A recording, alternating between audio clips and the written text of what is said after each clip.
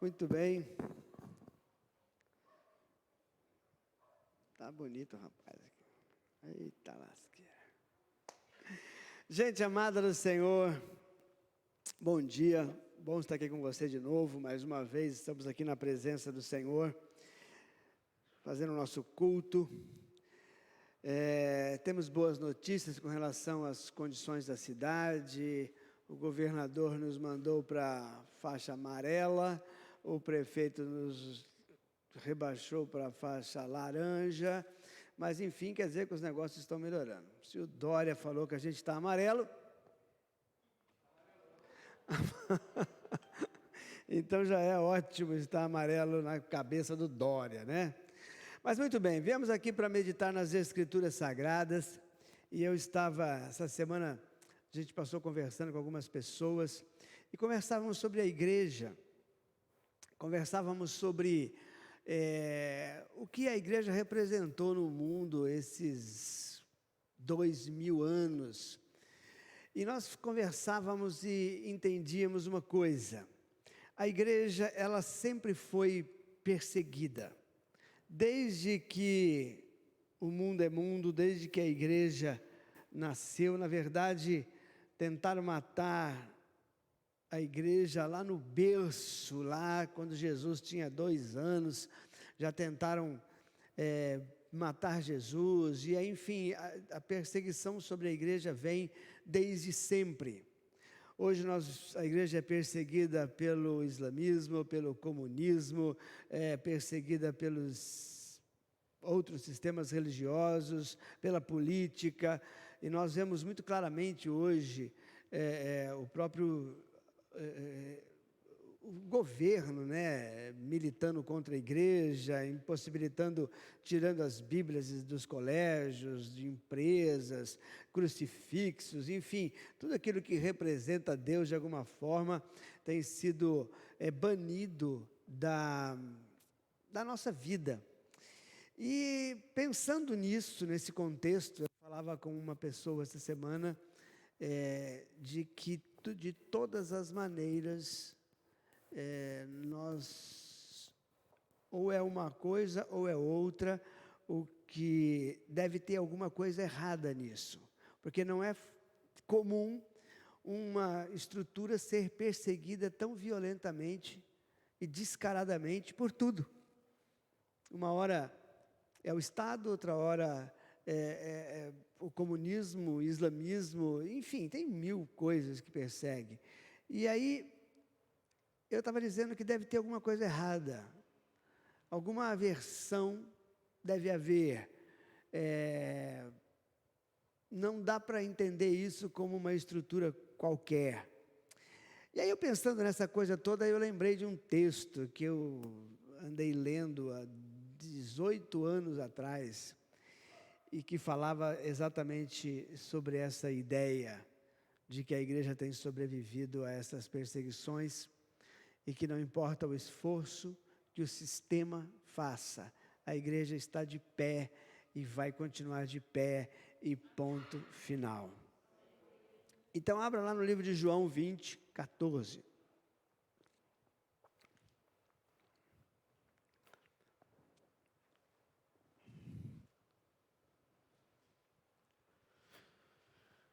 João 20, 14.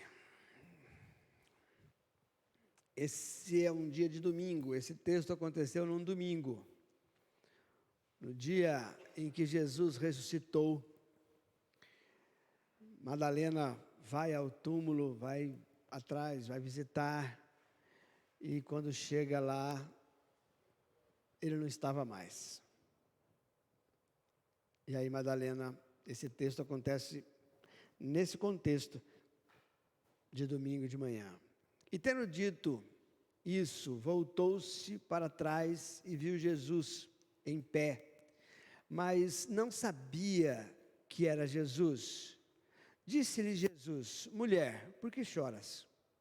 Quem buscais? E ela, supondo ser ele o jardineiro, disse-lhe: Senhor, se tu o levastes, dize-me onde o pusestes, e eu o levarei.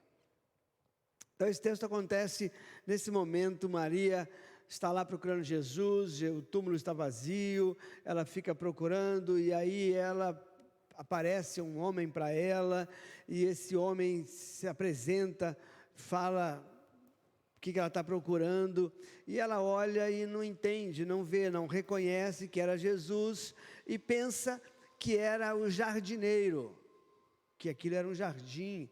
E aí ela fala que queria levá-lo, se o jardineiro levou Jesus, o corpo de Jesus, que ele o entregasse, que ela ia levar embora.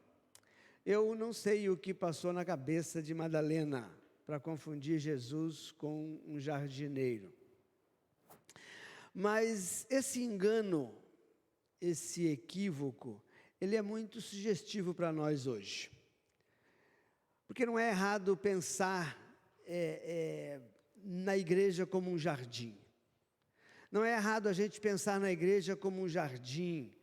E que jardim maravilhoso seria, supondo ser Jesus o jardineiro.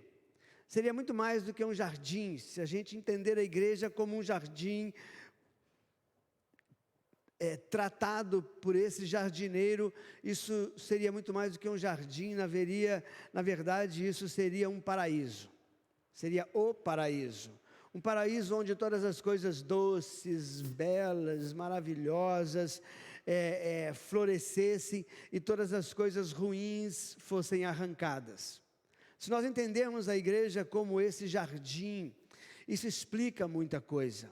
Se um trabalhador qualquer, se um homem qualquer, um jardineiro qualquer, é capaz de produzir tanta coisa bonita, tantas coisas lindas em um jardim, como seria imaginar que tremenda coisa sabe, abundância de glória e maravilhas, isso resultaria, supondo ser Jesus o jardineiro. Essa figura de jardineiro para Jesus não é antibíblica. Ele mesmo, o próprio Jesus, se apresentou numa de suas parábolas como vinheteiro. Lá no livro de Lucas 13, naquela parábola em que ele intercede por uma figueira infrutífera, aquela figueira que não estava dando frutos, e ele pede para o dono esperar mais um ano que ele ia trabalhar aquela figueira para que ela produzisse frutos. Então nessa parábola ele se apresenta como vinheteiro, que é quem cuida da vinha. E Jesus ele se apresenta para cuidar como um intercessor, mediador, aquele que está continuamente entre o machado e a árvore. Então, é por isso que não estamos enganados em supor ser ele o jardineiro.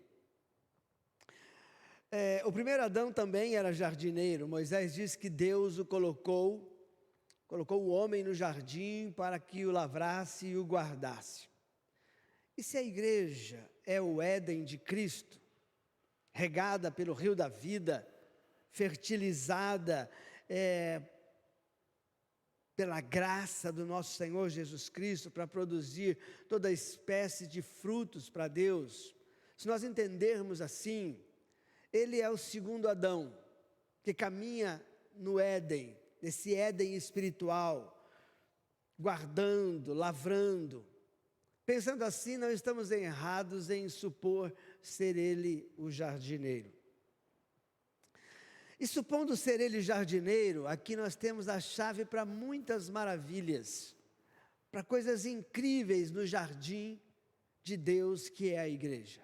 Se a gente pensar desta maneira, entendendo que ele é o jardineiro, nós vamos ver coisas maravilhosas com respeito à igreja que é o jardim de Deus. A primeira maravilha é o fato de haver uma igreja no mundo. Se você for pensar bem, a igreja é o lugar o mundo é o lugar mais inóspito que você pode imaginar para a igreja. A primeira maravilha é o fato de haver uma igreja aqui. O fato de haver um jardim florido no meio desse deserto estéril de imundícias. O fato de haver um jardim num lugar como esse, onde o que nós vemos é apenas injustiça, onde nós vemos só feiura e coisas feias. Já é uma grande maravilha. Como acontece isso? Como aconteceu isso, um oásis de vida no meio de um deserto de morte? Como é possível? Como que brota fé no coração das pessoas no mundo incrédulo? Como existe esperança num lugar como esse, que é só medo e pavor ao redor? Como nasce o amor, onde impera o ódio? Se nós formos entender essa verdade, é uma coisa esquisita de ver. Porque o mundo não é para ir, a igreja não deveria haver essas coisas boas no mundo em que nós vivemos.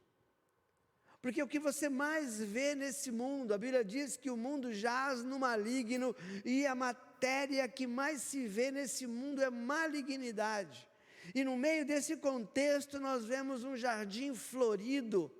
No meio desse contexto nós vemos pessoas com fé no coração, esperança, amor. Então isso aqui já é uma grande maravilha para os nossos dias. Estando tudo encerrado no maligno, como surgiu um povo para Deus? Tudo mergulhado em trevas, como surge um povo para Deus, separado, santificado, consagrado e ordenado para produzir lindos frutos em nome de Deus? Como isso pode acontecer? Só entendemos a existência desse jardim no lugar em que nós vivemos, no mundo em que nós vivemos, somente se nós supormos ser Ele o jardineiro. Como um jardim num lugar como esse? E se nós entendermos bem, todo jardim que se preze não surge sozinho. Nós discutimos até outro dia, que o que nasce sozinho nesse mundo é erva daninha. Você não vê arroz nascendo no mato. Você não vê feijão, soja. Você não vê legumes. Se você quiser usufruir dessas coisas, você tem que plantar. Então, o que nasce sozinho nesse mundo é ervas daninhas. É nada. Então, todo jardim, todo bom jardim que se preze, ele não vem sozinho. A igreja de Deus teve que ser edificada pelo Senhor Jesus, que é o autor e o aperfeiçoador desse jardim. E dolorosamente, com mãos feridas, ele tem construído e enfeitado cada canteiro, cada planta plantada nesse jardim tem custado a dor e o lamento de Deus. Nasceu do sacrifício. Essa igreja, ela nasceu do sacrifício de Deus. Ela não nasceu sozinha. Ela foi produzida por mãos feridas e machucadas. Foi produzida pela humilhação e pela dor do nosso Senhor. Então essa igreja, esse jardim, é algo muito maravilhoso. Todas as flores têm sido regadas pessoalmente, particularmente, com o suor e com o sangue desse jardineiro. Cada planta, cada flor, por mais pequenina que seja e por mais escondida que esteja, ela foi tratada pelas hábeis mãos desse jardineiro. Os cravos nas suas mãos, as feridas do seu lado, são as provas de que quanto custou a formação desse novo paraíso para Jesus. Custou o seu sangue, custou tudo para Ele. Ele deu a sua vida pela vida de cada planta, de cada flor. Ele deu a sua vida por cada plantinha que está nesse jardim.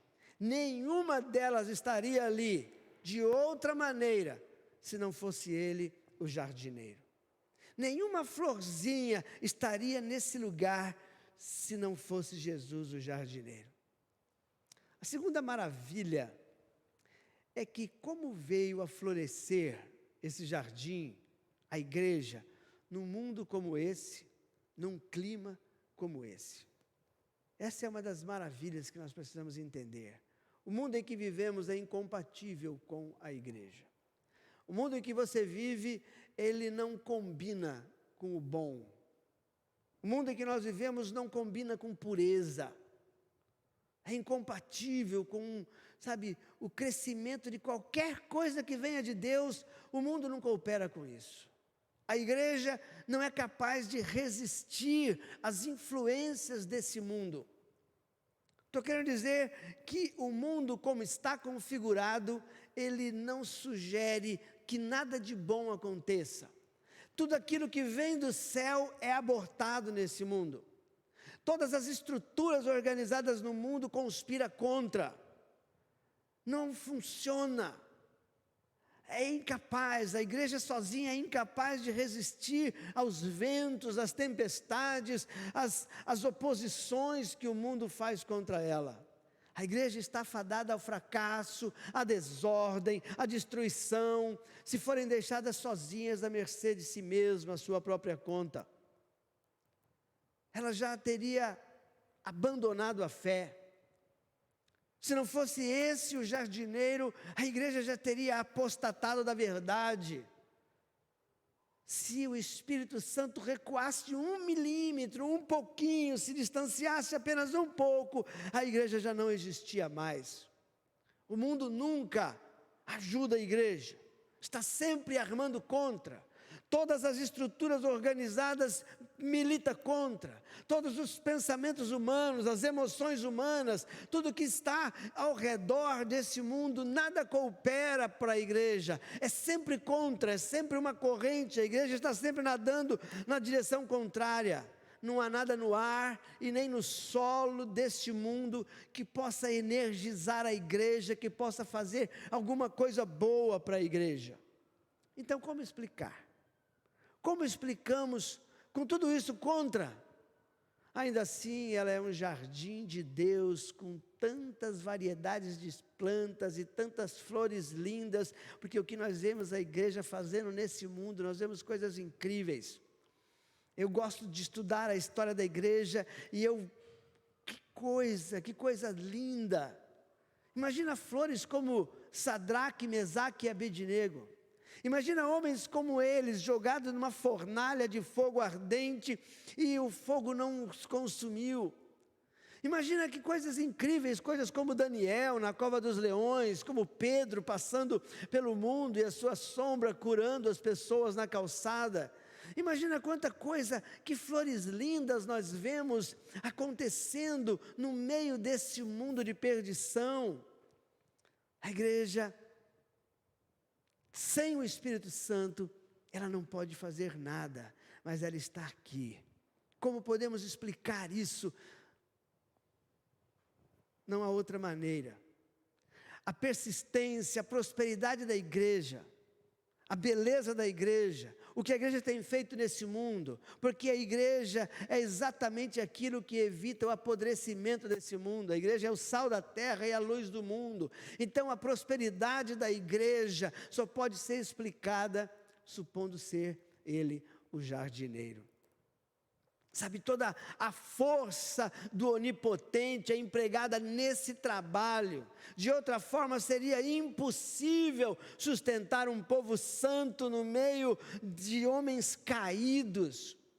Toda a força de Deus, eu estou dizendo isso para vocês, porque nós desprezamos muitas vezes o que está acontecendo, nós desprezamos a igreja, desprezamos a obra de Deus, não entendemos o que é a maravilha do reino de Deus, passa desapercebidos por nós. Eu quero dizer para você, para manter um povo santo nos dias de hoje, toda a força do onipotente, toda a bravura, todas as virtudes de Deus são empenhadas para sustentar essa realidade.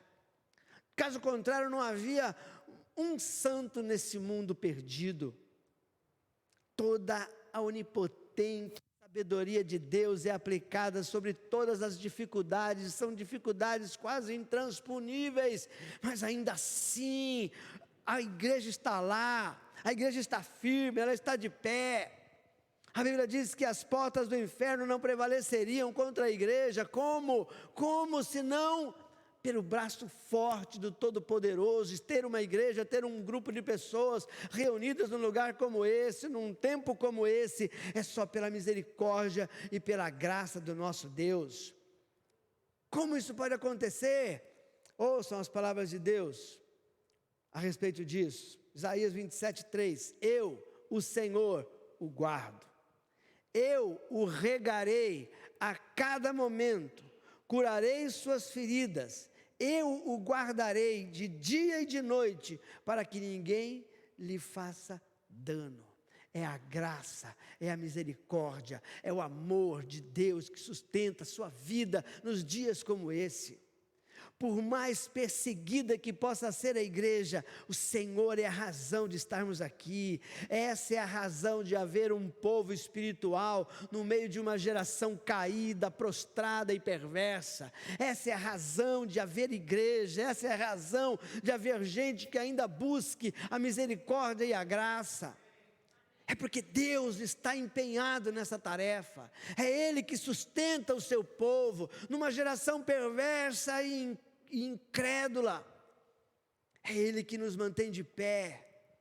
Por isso que há tanta beleza e doçura, tantos frutos no meio de um mundo de pecado e perversidade. Nós vemos beleza e graça. Por causa do Senhor, é o Senhor nosso Deus que nos mantém de pé. É por isso que nós aqui, vivendo no inferno, desejamos adorar o Senhor.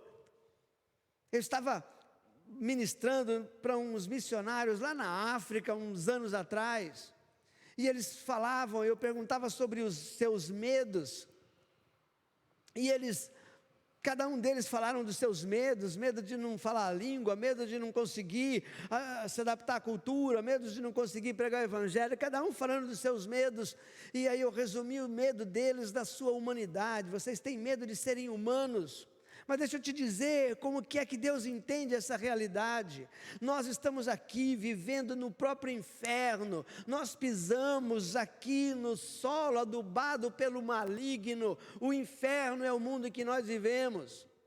Os anjos do céu habitavam o trono de Deus. E a Bíblia Sagrada diz que aqueles anjos se rebelaram contra Deus, vivendo no paraíso, vivendo no céu, vivendo numa atmosfera completamente que sugeria o louvor. Eles se rebelaram contra Deus, e nós, os santos do Senhor, vivemos no inferno, sofremos as angústias do inferno, somos abalados por todas as organizações do maligno, e ainda assim esse povo teimosamente deseja adorar a Deus no próprio inferno. Então, na conta de Deus, esse povo, ele está numa posição mais elevada do que os próprios anjos. Porque nenhum anjo do céu agonizou o seu filho doente em cima da cama, nenhum anjo do céu sofreu a perda de um ente querido. Então nós sabemos o que é dor, nós sabemos o que é ver um filho passando fome, um filho que sem podermos matar a fome do nosso filho, nós sabemos o que é vê-lo queimando de febre de madrugada, sem saber o que fazer. Nós sabemos essas angústias, nós vivemos no próprio inferno, e mesmo assim nós nos colocamos de pé e dizemos: vamos adorar a Deus nesse inferno. De que maneira isso poderia existir se não fosse pela graça e pela misericórdia de Deus? Como um povo se rebela contra a própria natureza, como um homem e uma mulher se rebela contra o seu eu e diz: não vou fazer o que o mundo sugere, vou ser um adorador e vou adorar o meu Deus em espírito e em verdade, mesmo com toda essa força contrária. Como dizer isso? Só supondo ser Ele o jardineiro. Só se as mãos dele estiverem sobre as nossas vidas. É isso que nós estamos fazendo aqui. A grande maravilha desse jardim, sabe qual é? Eu e você podemos crescer nele. Não tem um dia que eu não agradeça o privilégio de estar plantado nesse jardim. Tem um dia que eu não levanto os meus olhos para o céu e digo: obrigado, Senhor.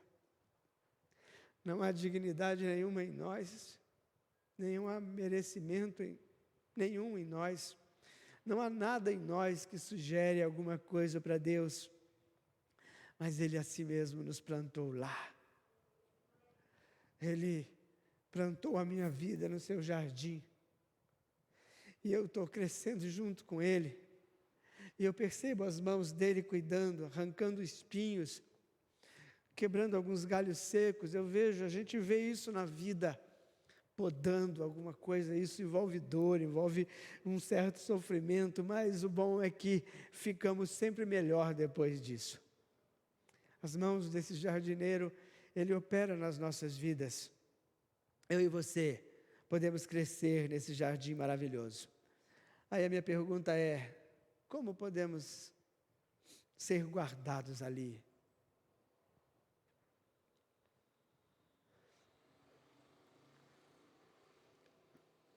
Como temos sido tolerados ali? Como que Ele nos tolera na nossa improdutividade? Como Ele insiste? Não damos retorno nenhum, não produzimos frutos. E Ele, ano após ano, insistindo nessa planta. Na verdade, Ele há muito tempo já poderia ter nos arrancado, ordenado que fôssemos arrancados dessa árvore. Para quê? Uma árvore infrutífera, para que ocupar o solo inutilmente?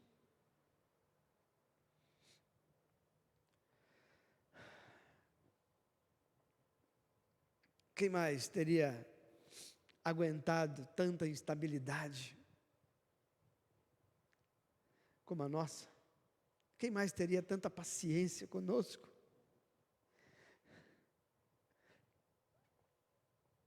Quem poderia ter zelado por nós com tanto cuidado?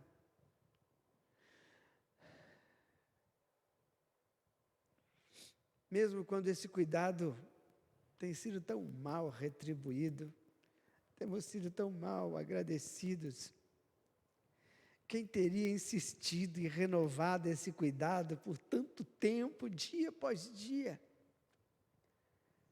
Quem poderia ter feito tanto pela sua vinha? Ele fez tudo por nós. Colocou cercas ao nosso redor. Abriu os lagares para regar essa vinha. Colocou uma torre de vigia. Quem poderia ter feito tanto por essa vinha? Um mero homem já teria desanimado, se arrependido das suas boas intenções, por causa da nossa ingratidão. Uma pessoa qualquer já teria desanimado. Só por Deus. Só não fomos arrancados do tronco. Por quê? Porque Ele é o jardineiro. Ele é tão demorado com a sua foice, tão tardio com o seu machado, tão esperançoso de que ainda possamos produzir algum fruto. Insiste, dia após dia insiste. Que paciência é essa? A palavra para isso é longanimidade, longo ânimo. Que coisa absurda! Onde pode ser encontrada essas virtudes, senão no coração do nosso bom e amado Jesus Cristo? Certamente muitos de nós fomos poupados simplesmente porque Ele é essa pessoa incrível, manso, humilde de coração. Só fomos poupados até agora porque Ele é o nosso jardineiro. Acredite, somos o jardim de Deus, no meio de tanta malignidade, desordem, destruição. Nós temos sido mantidos em paz. Deus tem preservado a nossa alegria. Deus tem nos mantido unidos, preservado a nossa força. Só alguém como Ele para fazer isso. Que nunca entristeçamos esse Deus. que como igreja entendamos o quanto somos devedores dessa misericórdia. Que não possamos jamais afastá-lo de nós. Se pudéssemos perceber o privilégio de estar plantado nesse jardim. E quantos estão lutando para se afastar, quantas e quantas pessoas militam contra, fogem da presença de Deus e fazem todos os tipos de conspiração contra si mesmo. Não podemos permitir que ele se afaste de nós, temos que convidar, Deus habita em nossos corações, permaneça comigo. Tu que anda nos jardins, tu que habita nos jardins do mundo, habita no meu coração, permita que eu seja um desses jardins que alegram o coração de Deus, permita que nós, enquanto igreja, possamos frutificar, irmãos. Não tem nada que nos impeça de dar frutos. A terra é boa, a semente é boa, a água é boa, o jardineiro é bom, não tem nada que nos impeça de florir, de alegrar o mundo, de alegrar o coração de Deus. Então não é errado a gente supor, a Maria não se enganou, Madalena não se equivocou, supondo ser ele jardineiro. Essa é a chave das maravilhas das nossas vidas, só se Ele for assim mesmo. Então, igreja amada do Senhor, nós estamos observando o nosso mundo apodrecendo ao nosso redor. Nós vemos as estruturas cheirando mal. Nós vemos a nossa política, os nossos governantes, nós vemos tanta feiura, tanta malignidade, tanta coisa ruim. Mas tem uma coisa boa, é você, é esse jardim, é essa coisa linda que Deus tem tratado e plantado no meio desse deserto.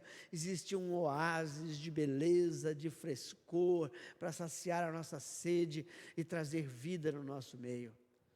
Gente amada do Senhor, que você possa ser essa flor, essa planta, cuidada e regada por esse jardineiro, que nos amou tanto, que nos amou de tal maneira, que deu o seu próprio Filho por nossa causa. Eu não sei, cada um avalia a sua vida, eu tenho feito isso com a minha vida o tempo todo. O que mais me entristece é saber que eu não consigo retribuir à altura, talvez nunca consiga, aquilo que esse Deus fez por mim. Se há alguma coisa boa na minha vida, se há alguma coisa que me faz, que gera algum orgulho na minha vida, é ter sido um dia tocado por esse amor, por esse Deus tão amoroso. Olhando para mim, não tem nada do que me orgulhar, mas mesmo assim eu estou aqui, falando em nome de um Deus, que nos ama dessa maneira. Eu só tenho a agradecer. E que nós possamos nos esforçar para isso. Que você como igreja possa entender o teu privilégio. Que você como igreja possa perceber o quanto você é importante. O quanto o privilégio que você tem de estar plantado no jardim de Deus. Amém? Que Deus te abençoe e que você possa dar frutos. Que você possa pelo menos alegrar o coração desse Deus. Amém? Fica de pé comigo, no nome de Jesus.